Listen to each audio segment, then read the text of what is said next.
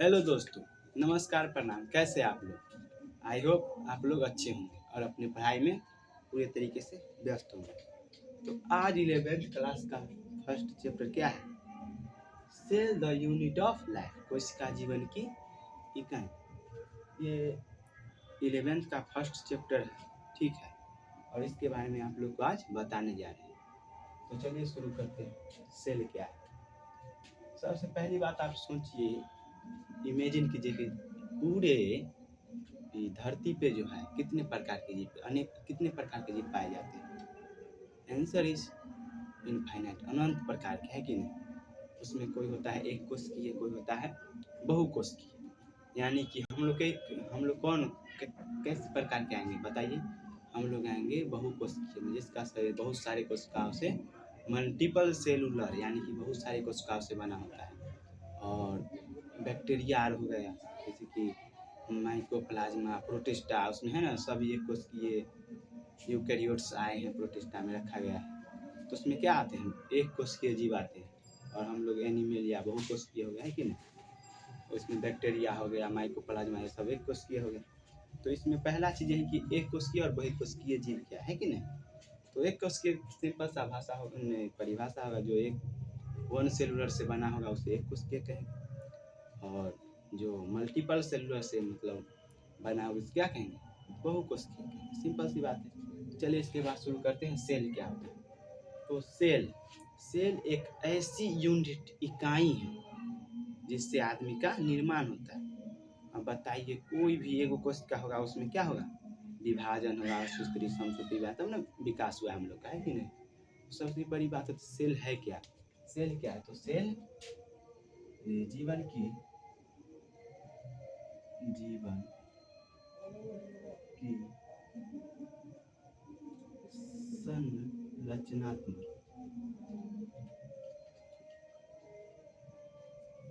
जीवन की संरचनात्मक एवं क्रियात्मक इकाई इकाई है, ठीक है। जीवन की संरचनात्मक एवं क्रियात्मक, यानी कि जान लीजिए, सेल से कोई छोटा चीज रहते नहीं है। अगर कोई किसी भी जीव का विकास हुआ होगा तो सबसे सबसे छोटा चीज क्या होगा? सेल से ही शुरुआत हुआ है, यानी कि क्रियात्मक। किसी भी कार्य को भी करना है तो सेल से ही शुरू हुआ है कि नहीं? संरचना का भी निर्माण सबसे छोटा यूनिट कोशिका से ही हुआ होगा, है ना? अब ये तो जान गए कि सेल क्या है। और सेल का उत्पाद का बात करें तो क्या हो जाएगा? टिश्यू, यानी कि ऊतक। ये बात तो जानवे करते होंगे कि कोशिकाओं के group of the cell is called tissue, यानी कि कोशिकाओं के समूह को क्या कहते हैं? टिश्यू कहते हैं। इतना बात तो सेल बताया। सेल क्या है? उत्पाद बता दे कोशिका के उत्पाद के बारे में बताया, तो कोशिका का उत्पाद क्या हो जाएगा? आप लोग बताइए। कोशिका का उत्पाद हो जाएगा टिश्यू, बताया ना जस्ट। यानी कि कोशिकाओं के समूह को क्या कहते हैं? ऊतक कहते हैं, टिश्यू कहते हैं। सेल तो जानिएगा कि सेल क्या कहते हैं? किसी भी जीव का सबसे छोटी इकाई क्या होता है? कोशिका होती है। बात नहीं। दूसरी बात होता है कि सेल जो है, इसका खोज किसने किया? तो सेल का खोज अगर बात करें तो इसमें दो वैज्ञानिक है, ठीक है। दो वैज्ञानिक की बात करते हैं सेल का खोज में। पहला है रॉबर्ट हुक, ठीक है, 1665 ईस्वी, 9th ईयर में पढ़ते हैं हम लोग, है कि नहीं? पहला कौन है? Robert Hooke. लिखते हैं खोज, जो खोज कौन है? Robert Hooke. रॉबर्ट हुक, पहला खोज रॉबर्ट हुक किया, ठीक है। दूसरा खोज किसने किया? तो वो है, दूसरा खोज किया एंट वन ल्यूवेन हक, ठीक है। पहला खोज किसने किया? Robert Hooke. दूसरा खोज किसने किया? दूसरा खोज किया एंट वन ल्यूवेनहॉक। एंट वन ल्यूवेनहॉक ऐसा नहीं, देखिए, एक ही चीज को दो आदमी खोज करेगा तो क्या कहेगा? कि बार बार एक ही चीज को खोज रहा है। यानी कि अगर एंट वन ल्यूवेनहॉक जी ने दूसरी बार खोज किए तो कुछ ना कुछ डिफरेंस होगा। वो डिफरेंस क्या? इन्होंने जीवित जीवित बात डिफरेंस ये है क्या है, जीवित कोशिका का खोज किया। किसने किया, एंटोलिवेन हॉकनी। ये जो जीवित कोशिका है, ये जीवित कोशिका किस जीव ने खोज किया, आप लोगों को पता होगा, वो है बैक्टीरिया, यानी कि बैक्टीरिया जीवाणु। ठीक है, जीवाणु समझ में आ रहा है इतना। पहला है रॉबर्ट हुक ने सिर्फ मतलब खोज किया सेल का कि सेल होता क्या। ठीक है, दूसरा खोज एंटोलिवेन हॉकनी ने किया, जीवित कोशिका खोज किया। वो जो जीव है जिसमें जीवित कोशिका का खोज किया गया है, वो जीव कौन सा है, बैक्टीरिया है। ठीक है, यहाँ तक समझ में आ गया, कोई प्रॉब्लम नहीं होगा। अब देखिए, कोशिका का खोज हो गया। ठीक है, कोशिका के खोज के बाद क्या हो सकता है, बताते हैं आगे आप लोग को कि सेल थ्योरी। ठीक है, आगे क्या पढ़ना है, सेल थ्योरी,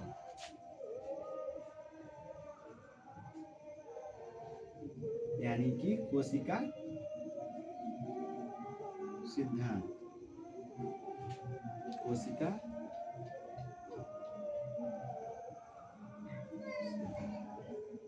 क्या है, सेल थ्योरी, यानी कि कोशिका सिद्धांत। देखिए, आप लोगों को पता होगा कि किसी भी चीज का खोज करते हैं उसके बाद उसका सिद्धांत क्या था उसके बारे में बात करते हैं। पहला क्या बात की, सेल का बात कर लिए, दूसरा आता है कोशिका सिद्धांत, यानी कि सेल थ्योरी। देखिए, इसमें जो है सिर्फ दो वैज्ञानिक कारण है। उससे पहले लिख लीजिए 1838 से 1839। ठीक है, 1800 सेल थ्योरी है ना, किसी भी चीज का खोज होता है उसके बाद उसके बारे में बताते हैं सेल थ्योरी क्या है। अब चलिए थ्योरी बताते हैं। सेल थ्योरी 1838 से 39 के बीच में दिया गया था। कौन दिया था, स्लाइडेन। दो वैज्ञानिक हैं यहाँ पे, स्लाइडेन और किसने, तो स्वान। ठीक है, स्लाइडेन और स्वान, दो दो वैज्ञानिक का जिक्र किया गया यहाँ पे। दोनों का है, स्लाइडेन जो है, स्लाइडेन जी, स्लाइडेन क्या है, बोटनिस्ट है, यानी कि वनस्पति विज्ञान के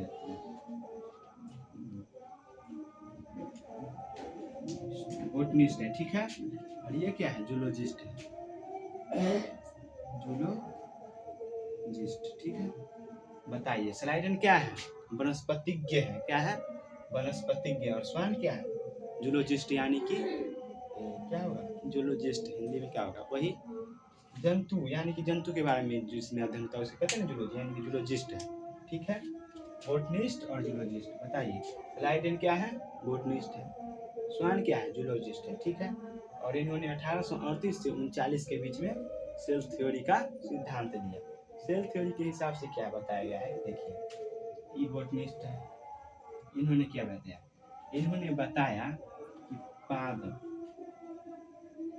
पादप जो है कोशिकाओं, पादप ऊतक कोशिकाओं के समूह से बना, ऊतक बहुत सारे कोशिका के समूह से बना। ठीक है, किसने बताया, देखिए बोटनिस्ट। अब मानिए जो वनस्पति होगा वो वनस्पति के बारे में बताएगा ही, तो सिंपल सा बात है। अगर ये पूछ दे कि पादप बहुत सारे कोशिकाओं के समूह से बना होता है, से बना होता है, तो क्या होगा, बोटनिस्ट ने ये बात बताया है कि नहीं। जूलॉजिस्ट की बात करें तो जूलॉजिस्ट स्वान जी ने बताया कि कोशिका के बाहर, कोशिका के कोशिका के बाहर क्या पाया था, प्लाज्मा, प्लाज्मा झिल्ली, प्लाज्मा झिल्ली पाया, प्लाज्मा मेम्ब्रेन, प्लाज्मा झिल्ली पाया था कि ना, ये इन्होंने बताया। ठीक है, और ये दूसरी बात क्या बताया, दूसरी बात इन्होंने ये बताया कि पादपों में जो है से कोशिका भित्ति पाया जाता है, जो कि पादपों का विशिष्ट लक्षण होता है। दूसरा बात क्या बताया, पादपों में कोशिका वृत्ति पाया जाता है, पादपों में वृत्ति पाया जाता है, जो इनका विशिष्ट लक्षण होता है। अब देखिए यहाँ पर क्या आता है, यहाँ पर देखिए एग्जामिनर कैसे फंसाता है क्वेश्चन में। आपको लगेगा पादपों में कोशिका वृत्ति पाया जाता है, जो इनका विशिष्ट लक्षण होगा। ये जो है सेंटेंस, यानी कि ये जो लाइन है, पादपों में कोशिका वृत्ति पाया जाता है, जो इनका विशिष्ट लक्षण है। आपको क्या लगेगा? आपको लगेगा कि ये बात कौन बताया? आपको लगा ये पादप के बारे में है, तो अरे बाबा ये बताया होगा स्लाइडेन जी ने, है कि नहीं? काहे कि बोटनिस्ट है, तो पादप की जगह पादप के बारे में तो ही बताएंगे, लेकिन नहीं, ये एक इम्पोर्टेंट लाइन है, ठीक है ना? ये है पादप, लेकिन ये पादप के बारे में बताए कौन? जूलॉजिस्ट स्वान जी ने बताया, ठीक है ना? ये बात याद रखिएगा कि पहला सेंटेंस स्लाइडेन जी ने बताया कि पादप बहुत सारे उत्कों से बना होता है, जो कोशिका का समूह है, ठीक है ना? और दूसरा स्वान जी ने क्या बताया कि कोशिका के बाहर प्लाज्मा झिल्ली पाया जाता है। और दूसरा क्या बताए? दूसरा बताए कि पादप के भीतर में क्या होता है? कोशिका भित्ति होता है, जो इसका विशिष्ट लक्षण होता है। ये सेंटेंस किसने बताया? तो स्वान जी ने बताया, है ना? स्वान जी ने बताया, नॉट स्लाइडेन, है कि नहीं? Not Schleiden. यहाँ तक समझ में आ गया। और यहाँ पर याद रखिएगा, दोनों कहाँ के थे? जर्मनी के थे।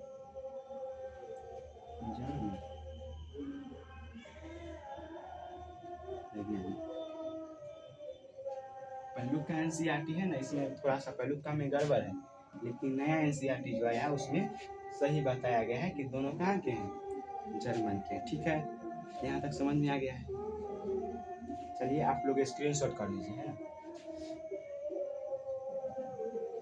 ठीक है, आशा करते हैं आप लोग स्क्रीनशॉट कर लिए होंगे। अब बात करते हैं, देखिए खाली खोज कर लेने से किसी भी चीज का, है कि नहीं? आप लोग बताइए, किसी भी चीज का खोज कर लेने से थोड़ी ना उसके बारे में हम लोग क्या पूरा से जान जाएंगे, नहीं, है कि नहीं?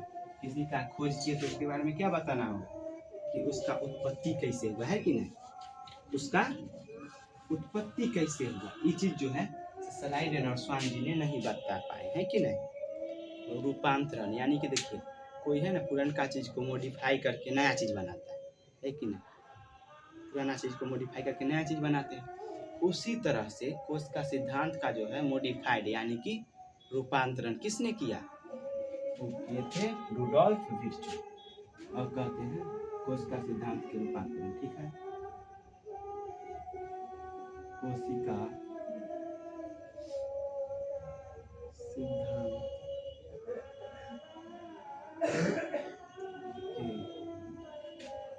रूपांतरण,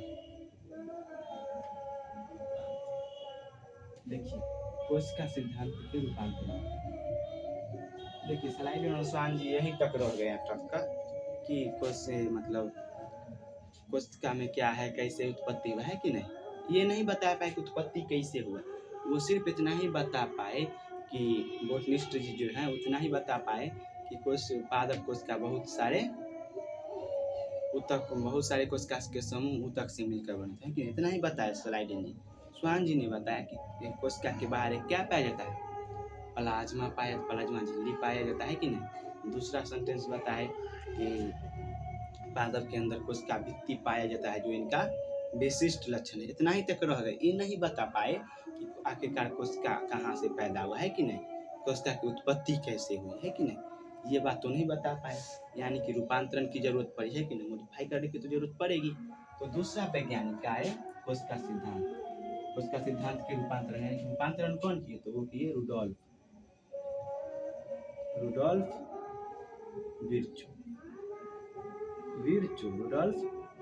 विर्चो जी ने, थोड़ा सा रुडोल्फ विर्चो जी ने क्या किया? इनका खोज किया। और अगर बात करें तारीख याद रखने का, तो तारीख याद रखिएगा 1855 ईस्वी। 1855 ईस्वी में क्या हुआ था? कोशिका सिद्धांत का रूपांतरण किसने दिया? रुडोल्फ विर्चो ने दिया। ठीक है, अब देखिए रुडोल्फ विर्चो का क्या कहना था? ओमनी सेलुला ई सेलुला। बताइए इसका मतलब आप लोग समझे? बोलेगा क्या कि कहीं अलग का भाषा है, लेकिन नहीं। ओमनी सेलुला ई सेलुला यानी कि नई कोशिकाओं का निर्माण। देखिए ओमनी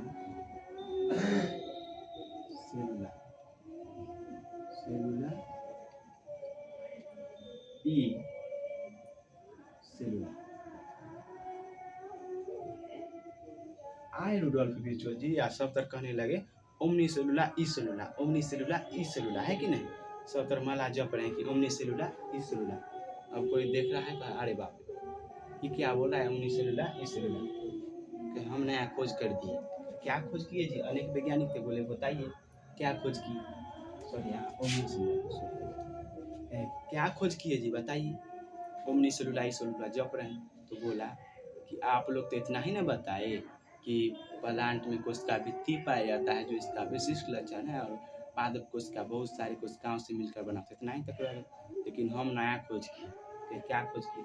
तो कहे कि नई कोशिकाओं का निर्माण कैसे होता है, इसके बारे में हम खोज किए। यानी कि इन्होंने बताया ओमनी सेलुला ई सेलुला, ई का माला जप रहे थे ओमनी सेलुला ई सेलुला, यानी कि इसका मतलब होता है कि नई कोशिकाओं का निर्माण।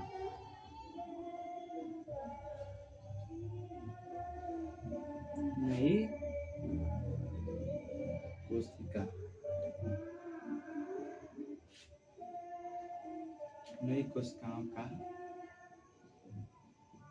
निर्माण पुरानी कोशिकाओं से।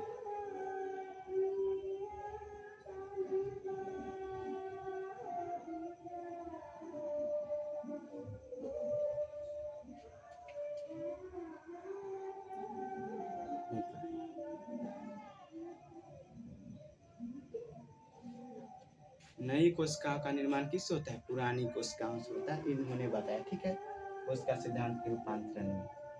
अब बताइए वो है ना कि इलेक्ट्रॉन क्या होता है? आवेश। आवेश को न तो उत्पन्न किया जा सकता है, न ही समाप्त किया जाता है। सिर्फ एक स्थान से एक वस्तु से दूसरे वस्तु पर एक्सचेंज किया जा सकता है ना, यही ना है कि कौन अभी विद्युत धाराएं पढ़ेंगे आप, विद्युत धाराएं पढ़ेंगे, है कि नहीं, आवेश के बारे में। उसी तरह से इन्होंने बताया कि कोशिकाओं का निर्माण पुरानी कोशिकाओं से होता है, यानी कि कोशिका का नष्ट किया जा सकता है कि नहीं। आप लोग बताइए, जब मर जाता है आदमी सब फूक देता है कि नहीं, फूक देता है तो खत्म हो जाता है एक तरीका से, और है कि नहीं। लेकिन इसमें निर्माण कैसे होता है? तो पुरानी कोशिकाओं से। छोटा देखिए आप लोग बताइए, सबसे छोटा कोशिका क्या होता है? स्पर्म की तरह जाता होगा, ओवम से मिलता क्या होता है? जाइगोट बनता है, सबसे छोटा कोशिका। उसके बाद फिर उसमें मेयोसिस होता है, तब ना वो बेबी का जन्म होता है कि नहीं। उसी तरह से इन्होंने बताया कि नई कोशिकाओं का निर्माण पुरानी कोशिकाओं से होता है। ओमनी सेलुला ई सेलुला। ठीक है, ये लाइन याद रखिएगा, बहुत इंपॉर्टेंट है। उसके बाद बता देते हैं आपको दूसरा लाइन क्या था कि कोशिका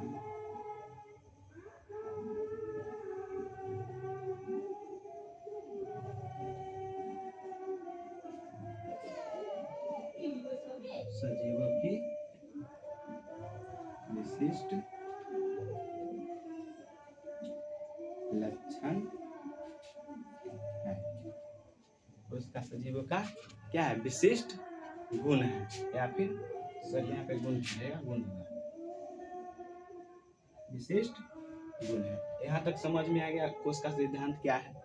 समझ में आ सकते। अगला क्या लाइन है देखिए, कोशिका सिद्धांत हो गया, कोशिका का खोज किसने किया, ये हो गया। अब बात करते हैं कि सबसे मतलब कोशिका सिद्धांत का अपवाद। अपवाद में अपवाद का मतलब क्या होता है? जिसमें कोशिका नहीं पाया जाता है, यानी कि देखिए कोशिका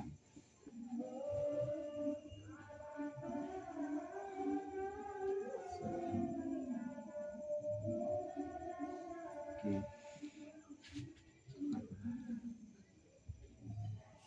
अपवाद मतलब क्या होता है? अब बताइए। ऐसा बहुत सारे जीव है जिसमें कोशिका अब्सेंट है, इसको अपवाद करते फिर भी वो जिंदा है कि नहीं। उसमें 3 याद रखिएगा। आप लोग को हम इस तरह से पढ़ा रहे हैं कि नहीं, आप लोग एक बार एनसीईआरटी पलट के देखिएगा तो लगेगा कि पूरा खत्म है एनसीईआरटी, है कि नहीं। पढ़ा रहे हैं, आप जस्ट जाइए, ठीक है। और जितना पढ़ा उतना तक एनसीईआरटी एक बार उलट के देखिएगा, लगेगा कि पूरा टिप्स कहाँ है बोर्ड पे। विश्वास नहीं हो तो आप लोग एक बार कोशिश कीजिए, जाइए एनसीईआरटी को उलटिए, फिर पता चलेगा पूरा चीज़ बोर्ड पे। एनसीईआरटी पढ़ने की जरूरत ही नहीं, लेकिन पढ़ना है एनसीईआरटी।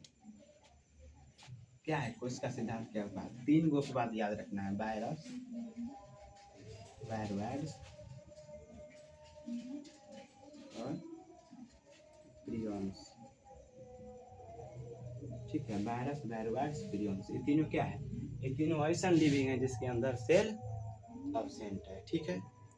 यहाँ तक हो गया है, देख लीजिए, स्क्रीनशॉट कर लीजिए आप।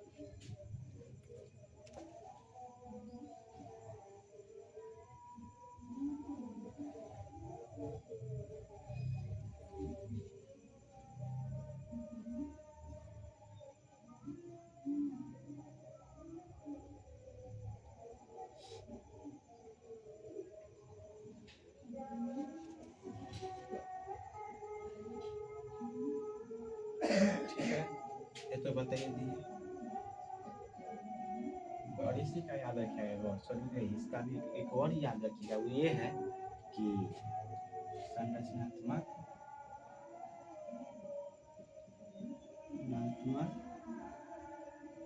एवं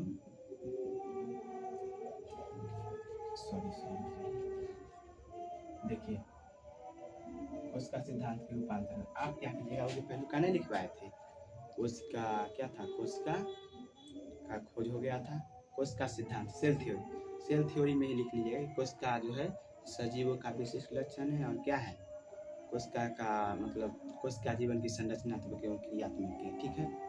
यहाँ तो स्क्रीनशॉट कर लीजिए।